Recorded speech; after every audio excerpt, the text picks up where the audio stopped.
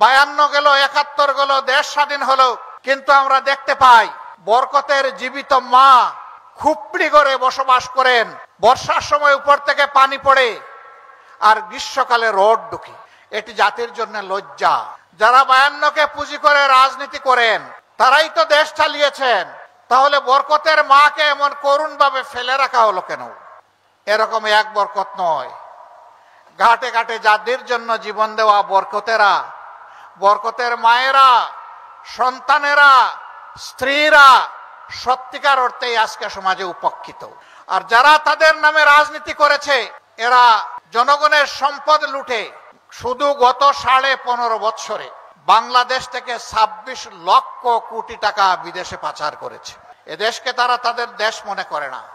সবগুলার খবর নিয়ে দেখেন, রাজনীতি করে বাংলাদেশে বউ বাচ্চা পাঠিয়ে দিছে বিদেশের মাটিতে। কানাডায় তারা বেগমপাড়া গড়ে তুলেছে, আমেরিকার বিশাল বিশাল এলাকায় তারা আশ্রয় নিয়েছে।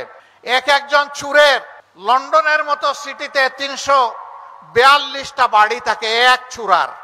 এইরকম চুরের খনিগুলা তৈরি হয়ে গিয়েছিল, আর বাংলাদেশের মানুষের সম্পদের খনি তারা লুট করে নিয়ে গেছে। এরাই আবার অন্যদেরকে চুর বলতো। এটা হলো চুরের মার বড় গলা। এখন মাও পালিয়েছে, চুরও পালিয়েছে, খালে বিলে নদী নালায় বনে জঙ্গলে। তার সাথে যারা আদালতে বসে আদালতের পবিত্রতাকে ধূলিসাৎ করেছিল, একজন নিরীহ মানুষ একজনের বিরুদ্ধে হত্যার রায় দিয়ে ওই রাতেই গিয়ে আবার টেলিভিশনের টক শোতে বসে গর্ব করে বলতো, আজকে নিজামকে, কালকে গোলাম আজমকে, পরশুদিন সাইদিকে মৃত্যুদণ্ড দিয়ে এসেছি। এদের মধ্যে কেউ কেউ বলতো আমরা শপথবদ্ধ রাজনীতিবিদ। লজ্জা এবং ঘৃণা। বিচারকের চেয়ারে বসে যে রাজনীতিবিদ হওয়ার স্বপ্ন দেখে সে জাতির কলঙ্ক, বিচারক হতে পারে না। ও বন্ধুরা, আজকে তোমাদের রাজনীতি কোথায়? এখন যে দেখি না, মন বড় চায় তোমাদেরকে দেখতে, পাই না যে তোমাদেরকে। কোথায় গেলা রে জাতির বন্ধুরা?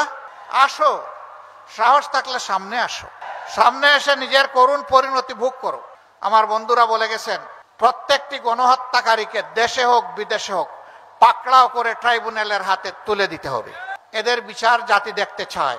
এই মাফিয়া খুনিদের গডমাদার ছিল শেখ হাসিনা। তারই আশ্রয়ে প্রশ্রয়ে, তারই নির্দেশে, তারই কুলে সমস্ত খুনিরা লালিত পালিত হয়েছে। জাতি এদের বিচার চায়।